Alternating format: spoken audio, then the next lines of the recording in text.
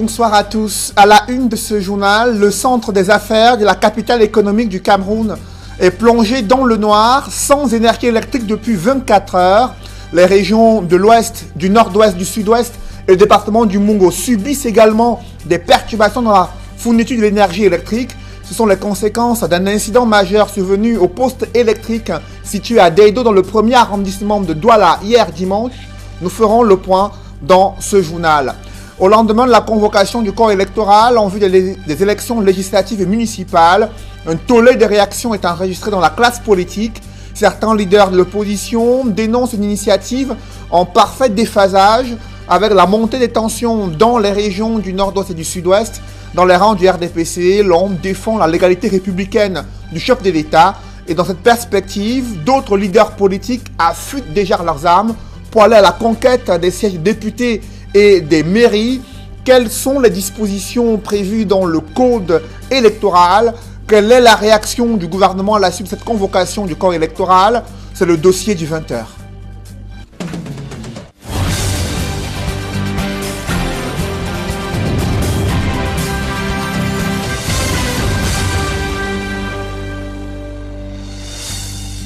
Merci de suivre cette édition complète de l'information sur Equinox Télévision.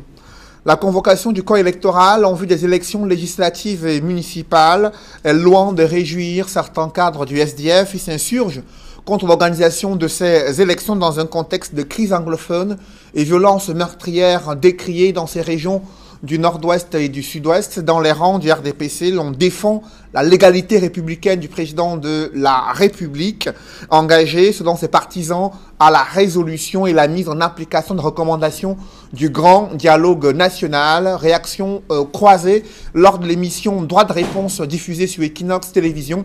Des faits saillants et morceaux choisis de cette émission, c'est avec Dallas Tiana et Donald Brice Kamgan. La nouvelle est tombée pendant le programme dominical Droit des réponses sur Equinox Télévision. Premier amené à s'exprimer sur la convocation pour le 9 février 2020 du corps électoral en vue des municipales et législatives, Maître Lavoisier Tiapi estime que l'intention du gouvernement est inexplicable, évoquant le vide après le dialogue national, notamment le statut spécial annoncé pour les régions du nord-ouest et du sud-ouest. On a dit qu'on octroyait au sud-ouest et au nord-ouest un régime spécial, sans que ce régime spécial ait été mis en place. Et même défini dans alors que les guerres font rage, on convoque le corps électoral. Où est-ce que le président de la République veut aller avec ça? C'est une véritable provocation. Ça fait 1 mois que le grand dialogue a été convoqué. On se serait attendu à ce que, pendant le dialogue, qu'on mette sur pied une commission technique pendant le dialogue pour déterminer les pouvoirs spéciaux qu'on allait accorder à ces 2 régions. Réaction de Pascal Chalma-Messanganyamding du RDPC, les réserves exprimées par les partenaires bilatéraux du Cameroun après les assises de Yaoundé expliqueraient les lenteurs dans l'implémentation des recommandations du conclave. Le président Paul Biya, qui est un homme de paix, qui est un homme de dialogue, qui a l'écoute, continue à recueillir les écueils de nos partenaires bilatéraux, que sont les grands États comme la France, les États-Unis, l'Allemagne, la Russie, et à l'échelle multilatérale que sont les organisations internationales, parce que, et ça je le dis avec certitude, il estime qu'on peut continuer à recueillir effectivement des propositions à l'effet de renforcer et de sortir quelque chose qui arrange tout le monde. Le Conseil juridique national du Social Democratic Front revient à la charge et se demande comment les opérations de vote vont se dérouler, rappelant les sénatoriales de mars 2018. Les élus municipaux de l'Ebialem, dans le département de l'Ebialem, ont voté à Tchang. Il n'y avait pas moyen de voter chez eux dans le L'Ebialem parce que c'est un fief important des combattants séparatistes. Ils sont allés voter à Tchang. Vous allez maintenant déporter toutes les populations du sud-ouest pour venir voter à Douala et à Tchang? Le mouvement pour la renaissance du Cameroun rappelle pour sa part ses combats en faveur d'une réforme consensuelle du système électoral et d'un règlement dirigeant des tensions sociopolitiques dans les régions anglophones. La seule manière de garantir qu'il n'y aura plus de hold-up électoral, c'était précisément de réformer le code électoral. Nous avons marché pour dire non à la guerre dans le nord-ouest et le sud-ouest et nos camarades en ont payé le prix. Aujourd'hui, les élections sont organisées, les élections sont annoncées. Oui, Nous avons demandé tout ça. Nous avons demandé la réforme du code électoral. Un chassé-croisé autour de la convocation du corps électoral, comme un avant-goût des joutes avant le double scrutin corrélé. Une activité n'a été interdite. Ça, j'étais sûr. Après la convocation du corps électoral, quelles sont les prochaines étapes de mise en œuvre du processus aboutissant à l'organisation de ce double scrutin prévu le 9 février 2020 sur l'ensemble du territoire national, et des politologues qui s'interrogent sur la faisabilité de cette organisation des élections, notamment dans les régions du nord-ouest et du sud-ouest. Élément de réponse avec Joël Essengue et Guy Zogo. Avec la convocation du corps électoral pour les municipales et législatives de 2020, le politiste Aristide Monod estime venu le temps de la conquête de l'électorat par les partis politiques. Il revient aux acteurs qui iront à la compétition de mieux affûter leurs armes. Et cela commence déjà par des primaires ou des choix des candidatures dans les différents états-majors partisans. Après cela, il va falloir se lancer dans l'occupation territoriale, question de conquérir les masses, question de séduire l'électorat. Dans un laps de temps compris entre la convocation du corps électoral et la tenue du scrutin, précise-t-il, ils devront franchir quelques étapes. D'ici le 25 novembre, les listes devraient normalement être déposées par les différentes formations partisanes. Et après cela, le 7 ou le 9 décembre, il va falloir publier les différentes listes et attendre probablement le contentieux qui va s'en suivre. Puis viendra alors le temps de la campagne électorale, ajoute-t-il. Après ce contentieux, la campagne électorale sera immédiatement lancée. Question de permettre aux uns aux autres d'aller vers l'électorat.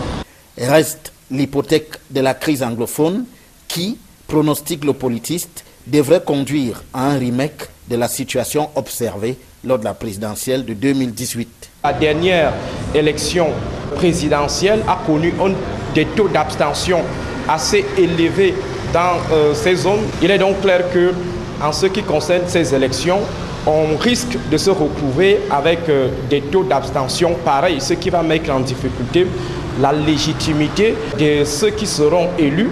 D'ici donc le 9 février 2020, ce sont les états-majors des partis politiques qui vont grouiller d'activités pour tenter de se faire une place au Parlement et dans les exécutifs municipaux dès 2020.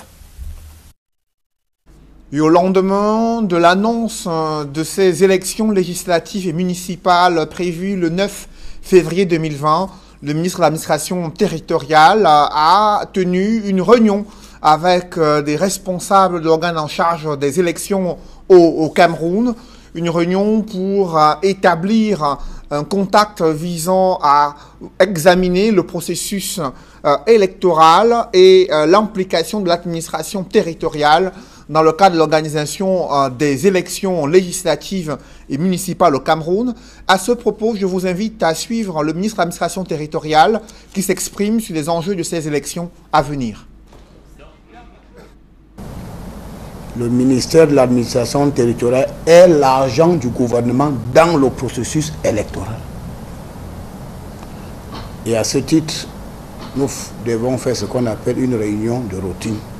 Étant entendu que Elections Cameroun est un organisme indépendant chargé de l'exclusivité de la conduite des opérations électorales dans les 10 régions, dans les 58 départements et dans les 360 arrondissements du Cameroun. La convocation du corps électoral est donc le train qui est déjà lancé. En tant qu'agent du gouvernement, nous devons évaluer la situation d'Elections Cameroun et s'assurer que les autorités administratives au niveau des régions accordent à Elecam l'encadrement sécuritaire nécessaire pour la tenue de ce scrutin. Nous voulons réitérer notre disponibilité à laisser Elecam conduire le processus électoral tout en leur accordant l'assistance nécessaire dans l'accomplissement de leur mission. Vous venez de suivre le ministre de l'administration territoriale qui évoquait le rôle que son administration compte jouer dans le processus électoral à venir. Toujours dans ce chapitre politique, avant la convocation du corps électoral, un allié politique du RDPC a dénoncé les injustices et des cas de violation de ses droits dans la région du Nord. C'est l'UNDP qui a tenu à présenter à ses sympathisants et ses militants les obstacles auxquels son bureau politique est confronté dans la mise en œuvre de ces différents meetings et les messages à délivrer dans la région du Nord. D'autres précisions avec Jean-Blaise Noupéé et Julingue Nyondé. 430 militants du Rassemblement démocratique du peuple camerounais désertent le parti de la Flamme pour rejoindre les rangs de l'UNDP, l'Union nationale pour la démocratie et le progrès. C'est un fait inédit car c'est la toute première fois que cela se produit en Baïboum, ville frontalière du Tchad et de la République centrafricaine, dans l'arrondissement de Toubouro, région du Nord. Ces derniers disent avoir soif du changement et comptent se battre pour la liberté. Nous, on se croyait j'étais dans une voirie, alors que l'UNDP nous voit que nous sommes précieux. Et c'est pour cela que nous nous sommes tournés, nous avons frappé à la porte de l'UNDP ensemble. Combattre pour la liberté, combattre pour que le Tout-Puissant nous aide à être indépendants. Ils ont été accueillis de la plus belle manière par les militants de l'UNDP qui leur avaient déjà apprêté leur nouvelle tenue. Les militants de l'Union nationale pour la démocratie et le progrès, parti allié au Rassemblement démocratique du peuple camerounais, ont profité de cette occasion pour dénoncer certaines oppressions dont ils sont victimes. Nous savons très bien que dans le Maoraï, beaucoup de gens sont inquiétés. Beaucoup de gens sont muselés à cause de leur appartenance politique. Mais notre constitution dit non. Dans notre constitution... Je vous le disais en titre, le centre des affaires de la capitale économique du Cameroun est plongé dans l'obscurité, sans énergie électrique depuis 24 heures. Il y a également le département du Mungo, la région de l'ouest, du nord-ouest et du sud-ouest qui sont également touchés du fait de l'instabilité de l'énergie électrique. C'est la conséquence d'un incident majeur survenu au poste électrique de Deido, entraînant l'explosion d'un transformateur et endommageant d'autres équipements importants. C'est du moins ce que révèle l'entreprise Eneo dans un message adressé à ses clients. L'entreprise fait savoir que le poste électrique a été immédiatement mis en arrêt et reste hors service. Et les quartiers de Douala, notamment le premier arrondissement de Douala et le centre des affaires, également Bépanda, sont concernés à la suite de cette coupure d'énergie électrique prolongée depuis 24 heures. L'autre conséquence est la perturbation des services dans le Mungo, les régions de l'ouest, du nord-ouest et du sud-ouest, selon le communiqué de Eneo, qui précise que les équipes de la Sonatrel sont à pied d'œuvre pour un retour à la normale.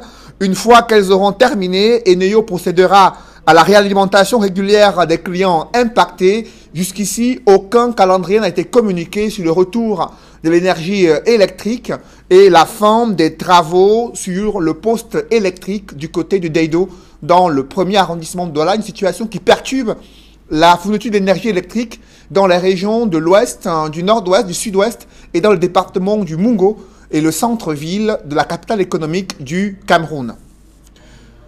Parlons à présent du marché de San Mélima qui a été inauguré dans la région du sud.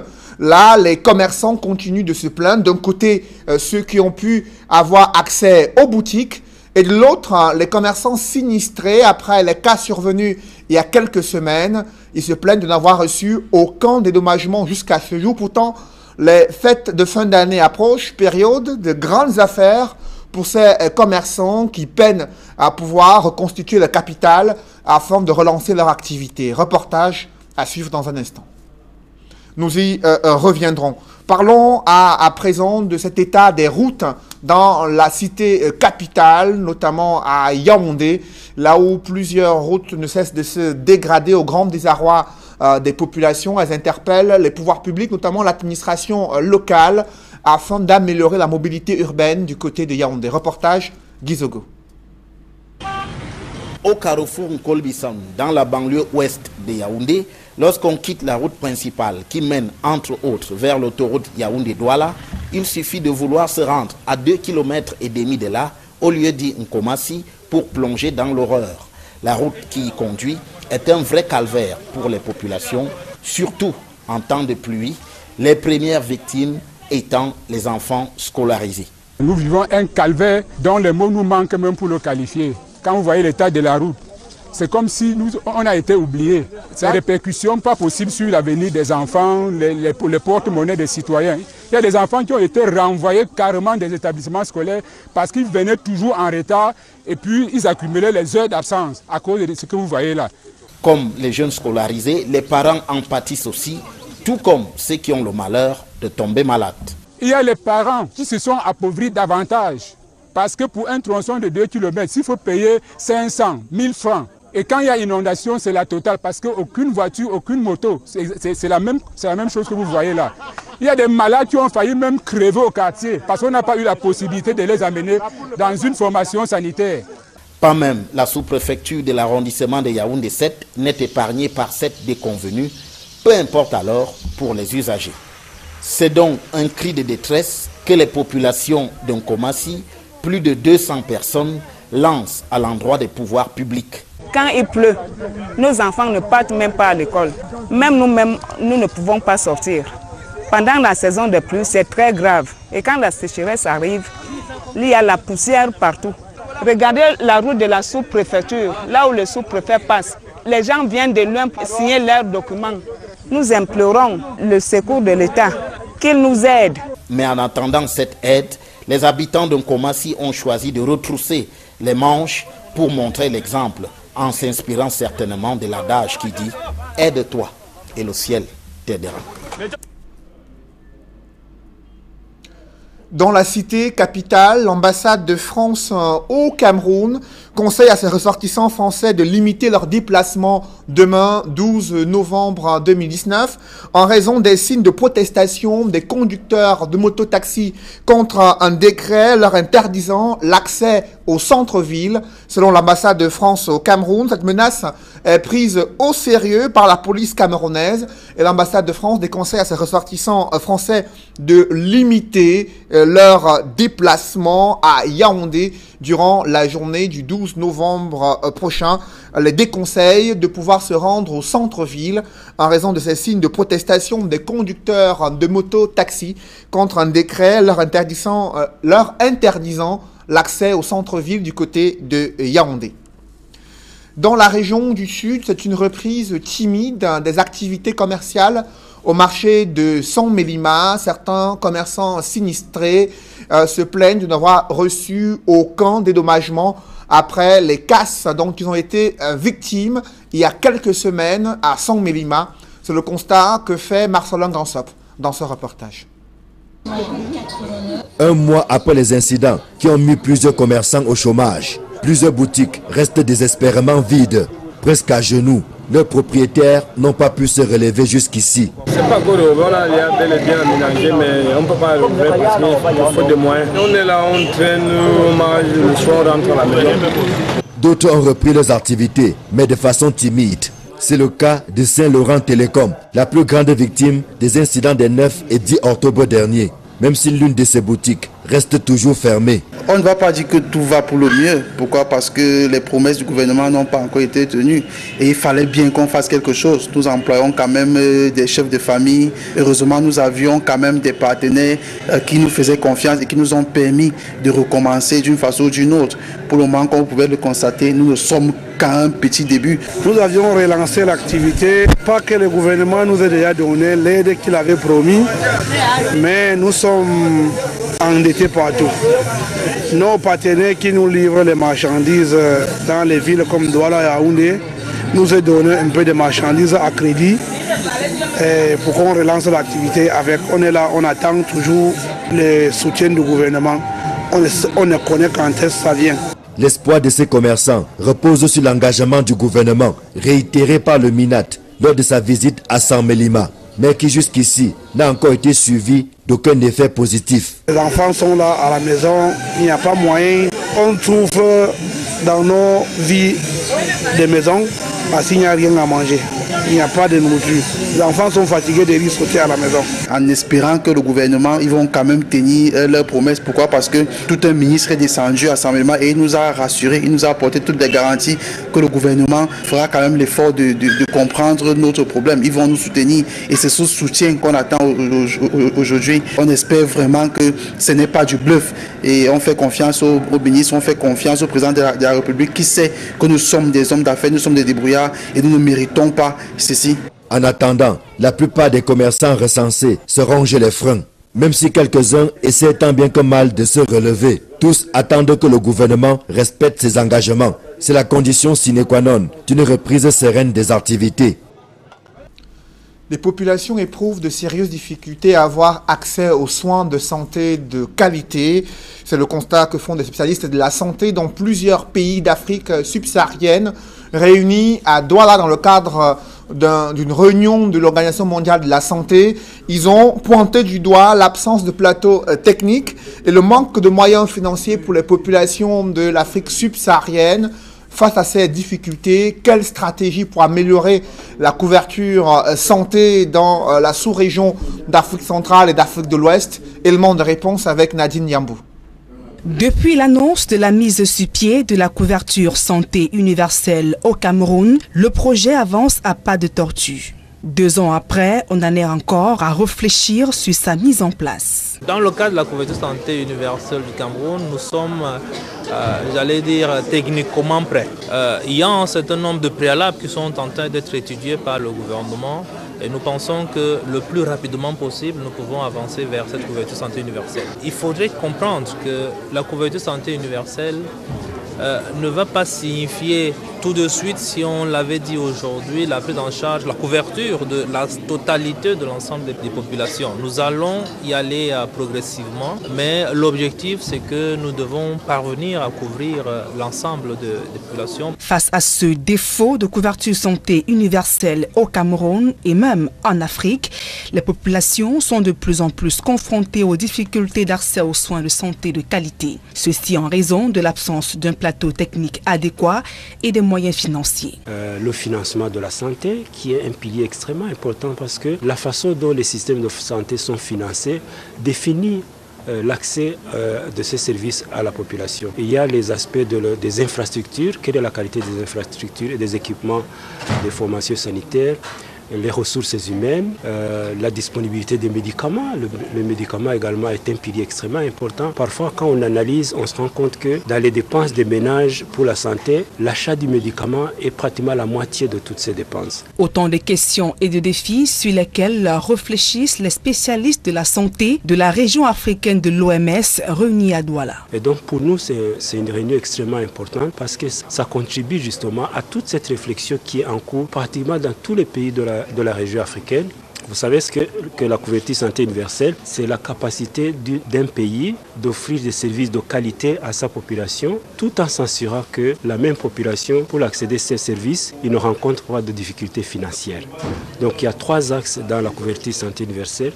C'est l'offre de services de qualité, les populations couvertes et la réduction des risques financiers en accédant à ces services. La 4e rencontre du genre, qui regroupe plus de 43 pays du continent africain, se veut être un cadre d'échange et de partage d'expériences en vue de renforcer et d'améliorer les systèmes de santé en Afrique. À 2 jours de son premier match officiel sur le banc de touche des Lions Indomptables, le nouvel entraîneur-sélectionneur connaît ses premières difficultés, notamment la préparation rendue difficile à cause de l'arrivée tardive de certains joueurs. Du coup, le nouvel entraîneur des Lions Indomptables dit devoir s'appuyer sur le match amical contre la Tunisie pour bâtir son équipe. D'autres précisions avec Rodin Gassi et Ike Cyril.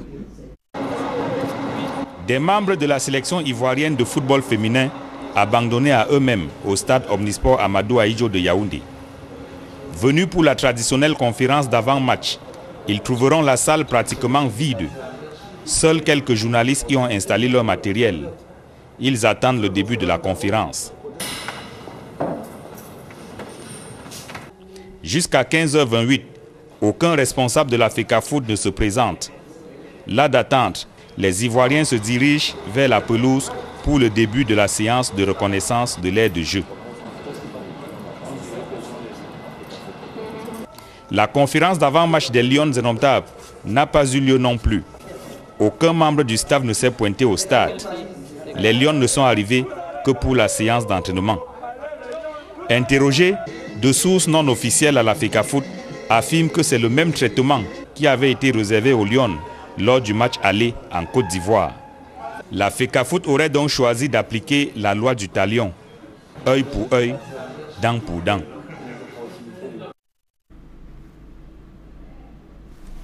Vous venez de suivre donc les préparatifs des Lions au tournoi qualificatif de football féminin, Jeux olympiques 2020, où la FECAFOOT n'a pas permis l'organisation des déplacements du stade Amadou Ahidjo et la sélection ivoirienne a dû quitter la salle des conférences sans échanger avec les hommes des médias.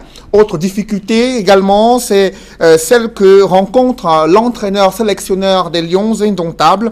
Préparation rendue difficile à cause de l'arrivée tardive de certains joueurs. Du coup, il attend le prochain match amical du Cameroun face à la Tunisie pour bâtir son équipe. Il a fait savoir à la presse. Et en bref, à présent, ce mouvement d'humeur du côté de Paris devant l'hôtel Meurice, où des Camerounais ont assiégé l'hôtel Meurice, où une escalade s'en est suivie. Selon ces Camerounais manifestants, le président de la République du Cameroun serait logé dans cet hôtel. Des policiers et gendarmes français ont été déployés pour assurer la sécurité du site. Le chef de l'État, Paul Biya, et son épouse sont invités ce soir à un dîner offert au palais à l'Élysée du côté de Yaoundé, le président du côté de Paris en France. Du côté de Paris en France, le président de la République du Cameroun qui participe à un forum sur la paix et la sécurité dans le monde. L'événement débute officiellement demain mardi. Le chef de l'État qui doit prendre part à un dîner offert à l'Élysée, à Paris en France, par le président Emmanuel Macron. Et durant cette journée de lundi, des Camerounais ont manifesté devant l'hôtel Meurice. Il y a un cordon de sécurité qui a été déployé depuis l'après-midi jusqu'à ce soir devant cet hôtel où serait logé le chef de l'État selon ces Camerounais manifestants. Un public reportage dans ce journal, MTN Cameroun qui récompense le vainqueur de celui qui a désormais obtenu la deuxième Toyota Rush mise en jeu dans le cadre d'une campagne End of Year lors de la cérémonie qui a vu la participation de plusieurs abonnés au marché de Ndokbassi. L'heureux gagnant a reçu les clés de sa voiture. Reportage. Le voici tout en larmes. Que d'émotions pour Jean Ebouma Eyidi, heureux gagnant de la rutilante Toyota Rush mise en jeu par le géant de la téléphonie mobile MTN Cameroun.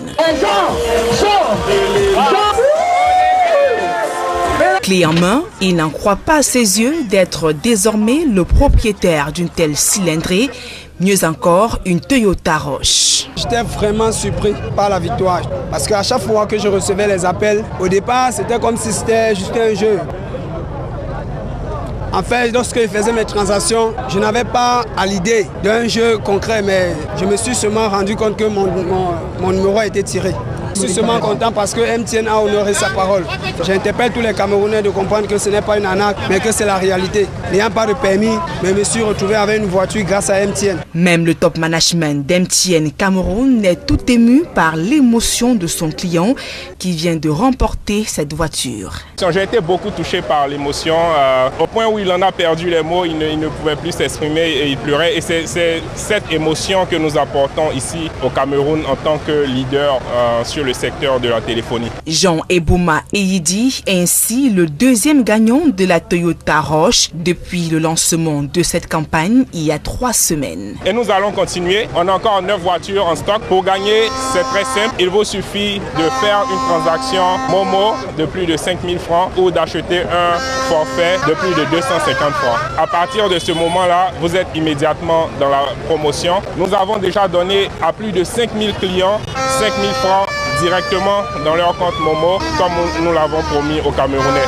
MTN est la marque la plus aimée dans le secteur de la téléphonie et nous voulons vraiment remercier nos clients en cette fin d'année. Ainsi, MTN Cameroun prévoit de faire de nombreux gagnants de voitures chaque semaine et d'offrir 5 000 francs CFA toutes les 5 minutes à chaque abonné jusqu'à la fin de la campagne le 5 janvier 2020. Privilégiés dans cette initiative d'MTN Cameroun, les fidèles partenaires bénéficient eux aussi d'une attention particulière. Bon nombre d'entre eux ont reçu des récompenses pour le travail abattu durant ces années de collaboration. On a abandonné personne au cours de cette promo. Autant que les abonnés ont été servis, nos partenaires dans le réseau de distribution également ont été servis. Et vous avez chaque semaine 3 par région, fois 12, ça va être 36 gagnants qui gagnent des lots allant jusqu'à 100 000 francs dont les comptes Mobile Money sont directement approvisionnés. Il y a eu certains d'entre eux au cours de cette semaine qui sont passés ici tout à l'heure et qui ont reçu le certificat. Les fêtes de fin d'année s'annoncent toutes en couleurs pour les milliers d'abonnés d'MTN Cameroun.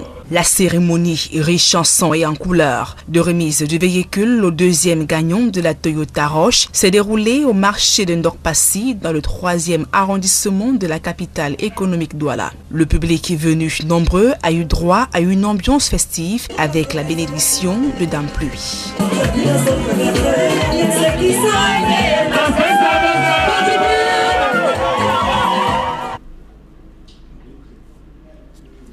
Mesdames, messieurs, c'est la fin de ce journal. Merci de l'avoir suivi. Juste après cette édition de 20h, retrouvez Serge Alain Autou et ses invités pour le débrief du journal sur le plateau d'Equinox Soir. Serge Alain. L'ambassade de France déconseille le centre-ville, demande aux Français de limiter leur déplacement dans la ville de Yaoundé pour la journée de demain. Cette représentation diplomatique évoque des signes de protestation des conducteurs de moto-taxi contre un décret leur interdisant l'accès au centre-ville demain mardi. Et selon l'ambassade de France, la police prend au sérieux cette menace de protestation prévue demain mardi au centre-ville de Yaoundé. Vous l'avez suivi dans nos éditions de journaux. Le préfet du Fundi et le gouverneur du centre avaient interpellé les conducteurs de mototaxi sur le fait qu'il y a des zones où ils ne doivent pas s'y retrouver, notamment le centre-ville de la cité capitale. Ils doivent desservir les périphériques et les zones inaccessibles dans les quartiers de Yaoundé et non le centre-ville. Et aujourd'hui, c'est l'ambassade de France qui redoute des signes de protestation qui pourraient dégénérer demain mardi en plein centre-ville de Yaoundé. Convocation du corps électoral, Paul Atangandji se définit comme l'agent du gouvernement dans le processus électoral. Il va même plus loin en affirmant que le gouvernement doit encadrer ELECAM dans le cadre de ce processus électoral, que les gouverneurs et autres administrations locales doivent être aux côtés d'ELECAM pour une organisation sereine de ces élections législatives municipales, pour leur donner les conditions de sécurité idoines pour l'organisation de ces élections. Il a fait savoir que c'était une réunion de routine. Pour autant, il a précisé le rôle que l'administration territoriale compte jouer dans le processus électoral à venir, notamment les élections législatives et municipales. Paul Biya et Chantal Pucheri Biya à Paris, des Camerounais s'invitent à l'hôtel Meurice. Rien n'est officiel sur la présence du chef d'État à l'hôtel Meurice. Pour autant, des Camerounais se sont mobilisés. Ils ont assiégé cet hôtel pour manifester contre la présence du président de la République. Un cordon de sécurité s'est immédiatement formé. Gendarmes et policiers français ont assuré la sécurité de l'hôtel Meurice et certaines interpellations ont été signalées, notamment ces Camerounais manifestant depuis l'après-midi dans les rues de Paris, notamment devant l'hôtel Meurice. Le chef de l'État qui doit prendre part ce soir à un dîner offert à l'Élysée par Emmanuel Macron, son homologue français, dans la perspective de ce forum sur la paix et la sécurité, le deuxième organisé par Paris et auquel prend part le président de la République et une délégation officielle camerounaise. Voilà, madame, monsieur, c'est dans l'essentiel. Equinox Soir, deuxième partie, le temps du débrief. Bonne soirée à vous, Cédric. Bonne soirée à vous, Serge Alain. Rendez-vous demain 20h. Rendez-vous demain 20h.